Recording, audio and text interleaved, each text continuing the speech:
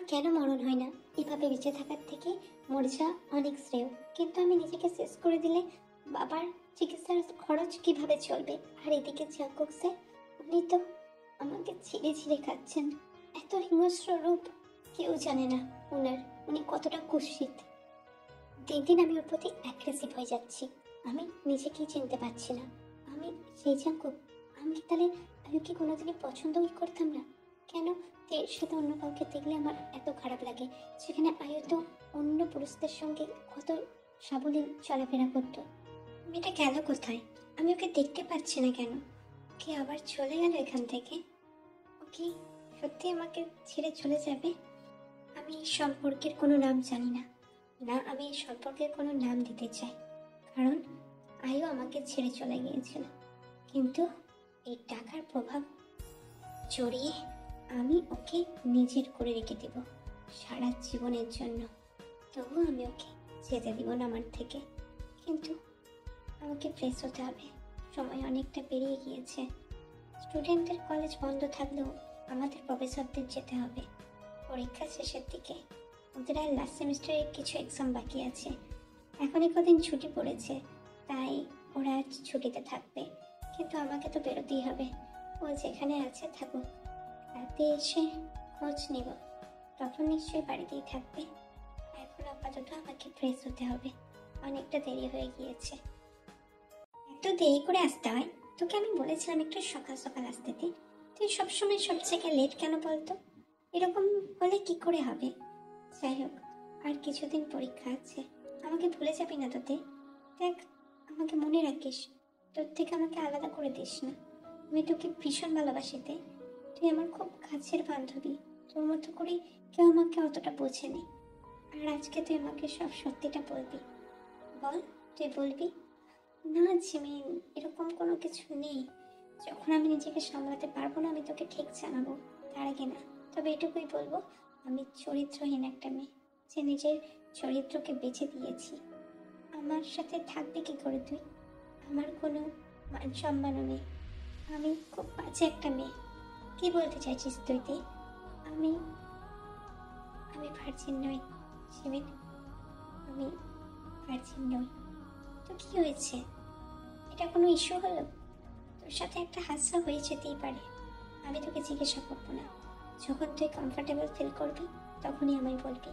আমি আছি তোর জন্য, গোটা দুনিয়া ইধার ওধার হয়ে যাক, কিন্তু আমি তোকে ট্রাস্ট করি, আমি তোকে ভরসা করি। আমি এটাও মানি আমার দিয়ে কোনো ভুল কিছু করতে পারবে না। তোর এই বিশ্বাসের দাম রাখতে পারবো কিনা জানি না বান্ধব, তবে তোকে আমি ভীষণ ভালোবাসি। আজ এখানে এসে একটু ফ্রেশ লাগছে, কিন্তু তোর এই ঠোঁটে কাটা দাগটা বললি না তোতে? কেটে গেছে কালকে, পড়ে গেছি বাথরুমে, আর বলিস না। কিন্তু এটা দেখে মনে হচ্ছে না বাথরুমে কাটা দাগ, এটা মনে হচ্ছে কেউ তোকে বাইট করেছে। তুই কি আমার পিছনে অন্য কারোর সাথে প্রেম করছিস? হ্যাঁ, আমাকে তো বলতে পারিস, নাকি ওই জেহব স্যার যে তোকে পছন্দ করে? কিন্তু একটা কথা আমি ভেবে পাচ্ছি না, জাকুব স্যার ইদানিং তোর প্রতি এত অ্যাগ্রেসিভ হয়ে যাচ্ছে কেন? তুই যখনই জেহব স্যারের কাছে যাচ্ছিস, শোনার পর উনি কিরকম একটা রিয়াক্ট করছিল, এটা কাম্য ছিল না। কিন্তু ওসব বাদ দে না, আমার স্বভাবের দোষ, সবসময় কষ্ট দেয় জানিস না। ঠিক আছে, বাদ দে, চল আমরা খাওয়া দাওয়া করে নিই, তারপর তো তোকে ফিরতেও হবে, অলরেডি ইভিনিং হয়ে গিয়েছে। হ্যাঁ হ্যাঁ, দেরি করলে হবে না, তাড়াতাড়ি ফিরতে হবে আমাকে। আচ্ছা, কোনো ব্যাপার না, আমরা তাড়াতাড়ি ফিরে পড়বো। চল কোনো একটা রেস্টুরেন্টে গিয়ে ঢুকি। তে আর জিমিন খাবার শেষ করে, অনেকটা দেরি হয়ে গিয়েছিল, আর সেই পথ দিয়েই যাচ্ছিল জিমিনের এক দাদা, যাকে দেখে জিমিন থামিয়ে দেয় এবং তাকে তেয়ের সাথে পাঠিয়ে দেয়। জিমিন চিন্তা করছিল এই ভেবেই যে তে যদি একা যায় ব্যাপারটা ভালো দেখাবে না, আর অনেকটা সন্দেহ হয়ে গিয়েছে। আর মেয়েদের যে সন্দেহতেই ভয়, মেয়েরা যে এক পা বেরোতে গেলে তাদের অনেক কিছু মনে করতে হয়, আর জিমিন কখনোই চায় না তার বান্ধবীর সাথে কিছু হোক, যদিও তে মানা করেছিল।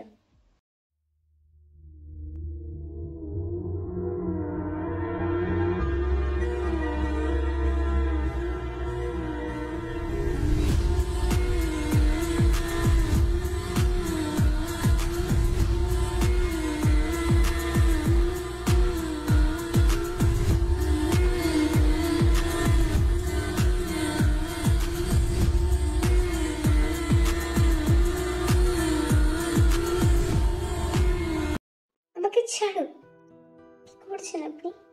আপনি কি চান? আমি বুঝতে পারি না। আপনি আদতেই আমাকে ব্যথা দিয়ে খুব খুশি হন, আমি জানি। তবে আমারও একটা মন আছে, প্রাণ আছে। যখন তখন আপনি আমার উপর ঝাঁপিয়ে পড়তে পারেন না। আমি জানি আমাদের কন্ট্যাক্ট হয়েছিল, সেই ধরুন আমি এখানে আছিও। সেদিন আমার সমস্ত কিছু ঋণ পে হয়ে যাবে, সেদিন আমি এখান থেকে চলে যাব। সেই দিনটাও খুব শীঘ্রই চলে আসবে। ততদিন অবধি আমাকে মানুষ হিসেবে ভাববেন। আমি ছাড়াও তো হাজারটা রক্ষিতা আছে, তাদের কাছে কেন যান না? আমাকে এত ব্যথা দিয়ে কি পান আপনি? আমি আর মেনে নিতে পারছি না। আমাকে আর একটা বছর সময় দিন। আমি আপনার সাথে একসাথে থাকতে পারবো না। আমি থাকতে চাইছি না। আমি মিথ্যে কথা আর কত বলবি শালী? তুই জিহবের সাথে থাকতে চাস। তুই কি বুঝেছিস আমি কি বুঝি না? আমি সব বুঝি। আর তুই যদি ভাবিস তুই জিহবের সাথে থাকবি আর আমি তোকে থাকতে দিব, এটা কখনোই হবে না। আমার সাথে কন্ট্যাক্ট করেছিস, টাকা পে করা না অবধি আমি তোকে নিখড়ে নিখড়ে খাবো। আর তুই আমাকে কিছু করতে পারবি না। এক্ষুনি আয়, আমার তোকে লাগবে। আমি আর কোনো কিছু শুনতে চাইছি না। শুনতে পেয়েছিস? আমার এখনই লাগবে। তোর এত বড় বড় কথা, আমিও দেখি কতদিন তুই আমার কাছে সব বলতে পারিস। আর বেশি বাড়ি করলে আমার রস তোর মধ্যে ঢুকিয়ে দেবো। তারপর তো জানিস কি হবে। লোকে তোকে কথা বলবে আর আমি মজা নিব। তুই আমাকে চিনিস না, আমি কত বড় খেলোয়াড়ি। তুই আমার সঙ্গে খেলতে এসেছিস, সেটা যদি মনে করিস আমি তোকে খেলতে দিব না। আমার হয়ে থাকতে হবে তোকে, পুতুলের মতো বাঁচতে হবে। উঠতে বললে উঠতে হবে, বসতে বললে বসতে হবে। আর এখন আমার সাথে শুতে যেতে হবে। That's all. আমি এক্ষুনি তোকে আমার বিছানায় দেখতে চাই। আমার দেয়া পোশাকটা পরে নিবি। আর আমি আজকে অন্যরকম পজিশনে তোকে ফিল করতে চাই। অনেকদিন হলো, অনেক কিছু করি না তোর সাথে। আর ওরকম টিপলেই অনেকদিন হয়নি। লিসার সাথে করার ইচ্ছা ছিল, কিন্তু মজা তো পাই না। তোকে আগেও বলেছি, তুমি ছাড়া আমাকে কেউ স্যাটিসফাই করতে পারে না। তোর মধ্যে এমন একটা জিনিস আছে যেটা আমাকে সবসময় টানে। আমি ওদের থেকে সেই জিনিসটা পাই না। আর এখন আমার তোকে লাগবে। আর আমি দেরিও করতে চাইছি না। সাথে আমার ওয়াইনগুলো নিয়ে আসিস, কারণ সব রকমই টেস্ট করবো আমি তোর উপর। চেরিগুলো এখনো বড় করতে পারলাম না, তোর কারণেই তো। হাত দিতে দিবি? কোনোদিনও হাত দিতে দিস না, সবসময় সরিয়ে দিস। না দিয়ে চেরিগুলো এতদিনে বাতাবি লেবু হয়ে যেত। তোর কারণেই আমি ওই জায়গাগুলো স্পর্শ করতে পারি না। তোকে আজকে আমি ভালোভাবে উপভোগ করবো, আমাকে বাধা দিতে আসবি না।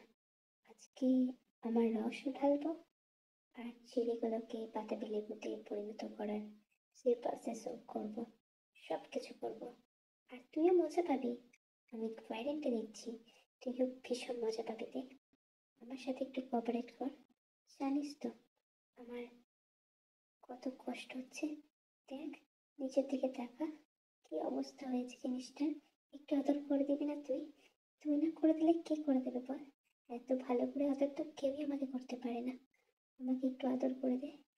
তোর ঠোঁট ছোঁয়ালে জিনিসটা ঠিক হয়ে যাবে। দে, তুই একবার ঠোঁট ছুঁয়ে দেখ। আমি চাই, দে, তুই একটু ঠোঁট ছুঁয়ে ওকে শান্ত কর। করে দে না রে, দে। আমি খুব টায়ার্ড প্রফেসর জন, আমি এসব পারবো না। আপনি কেন বুঝছেন না? আমি তো এখন ফিরলাম, সারাদিনটা আমার ধকল গেছে অনেক। আমি একটু রেস্ট চাই। আপনাকে আমি অন্য কোনো দিন আদর করে দিব, প্লিজ। ব্যাপারটা বুঝুন, আমার খুব কষ্ট হচ্ছে। আমার খুব কষ্ট হচ্ছে, আমার খুব তলপেটে লাগছে, আমি থাকতে পারছি না। আমার একটু রেস্ট নেওয়ার দরকার আছে, প্লিজ আমাকে যেতে দিন। যেরূপ সাহের সাথে ফষ্টি নষ্টি করে বাড়ি ফেললে নাকি, হ্যাঁ? তাই এত গা হাত পায়ে ব্যথা লাগছে? এইসব আমি শুনতে চাই না। আমার যেটা লাগবে বলেছি যখন লাগবে। আমি আর কোনো রকম তো নটাঙ্কি সহ্য করবো না। আমার লাগবে এখনই, আমার এক্ষুনি লাগবে তোকে, দ্যাটস অল। এরপর চ্যাংকুক এক মুহূর্ত সময় নষ্ট করে না, ছেড়ে ফেলে সমস্ত কিছু, ঠেলে দেয় তক্তাতে, এবং তারপর উঠে যায় তেয়ের উপরে, আগলে নেয় তাকে নিজের বাহুর মধ্যে, চড়ে চড়ে চুম্বনে ভরিয়ে দিতে থাকে ওর শরীর আঁকড়ে নিতে থাকে সমস্ত কিছু। তার হাত খেলতে থাকে চেরিতে। চেরিগুলোকে খুব সযত্নে কামড় বসাচ্ছিল জাঙ্কুক। তে নিজেকে সামলাতে পারছিল না। তের তলপেটের ব্যথা আরো দৃঢ় হয়ে উঠছিল। উইদাউট পারমিশন ছাড়াই জাঙ্কুক নিজের অস্তিত্বকে তের মধ্যে ঢুকিয়ে দেয়, যার কারণে তে ভীষণ ব্যথা পায়। জাঙ্কুক ভীষণ অ্যাগ্রেসিভ ছিল। জাঙ্কুকের ভীষণ মনে রাগ কাজ করছিল। জাঙ্কুক ভেবেছিল হয়তো তে সাহেবের কাছে গিয়েছিল এবং তার কাছ থেকেই ফিরছে। এসব কথা ভেবে জাঙ্কুক রাফলি ইন্টিমেট হতে থাকে তের সাথে। তে ভীষণ চিৎকার করছিল, কিন্তু জাঙ্কুক একটা কথাও শুনছিল না তের। তে ভীষণ নিরুপায় হয়ে কাঁদছিল, কিন্তু জাঙ্কুক তার মুখ ঝরঝরে চেপে ধরে এবং ইচ্ছে মতো নিজের অ্যানাকোন্ডাকে তের মধ্যে ইন অ্যান্ড আউট করতে থাকে।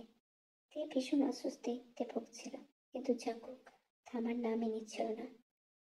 জোরে জোরে আঘাত করছিল আনটিল জাঙ্কুক বুঝতে পারে তের খুব জোরে ব্লিডিং শুরু হয়ে গিয়েছে। জাঙ্কুক থামিয়ে দেয় নিজেকে এবং তের দিকে তাকিয়ে থাকে। প্রতিবারই এক ড্রামা। এতবার তোকে আমি উপভোগ করেছি, তবু জায়গাটা নরম হলো না কেন বলতো? কিছু পিল টেল নিস নাকি? আমি এখন কোনো কিছু জানি না। যা বেরোচ্ছে বেরো। আমি তোকে উপভোগ করতে চাই, তাই আমি উপভোগ করব। আর শোন, আমার কাছে কিন্তু কোনো কিছু লুকাবি না। লুকালে জিনিসটা তোর জন্য ভালো হবে না। এখন আমার কোলে এসে বস, আমি তোকে ফিল করতে চাই।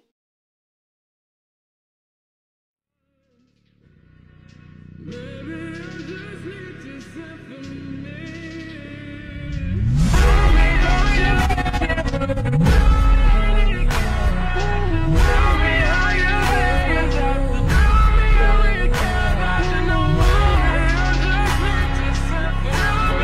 আমার সত্যিই খুব তলপেটে ব্যথা করছে। I think it is not a normal bleeding. I think I get. আপনি প্লিজ ছেড়ে দিন আমাকে। আমি আর পারছি না, আমাকে যেতে দিন। আমি সত্যি চেহব স্যারকে ভালোবাসি না। আর কি বললে আপনি বিশ্বাস করবেন বলুন তো? আমি আর পারছি না।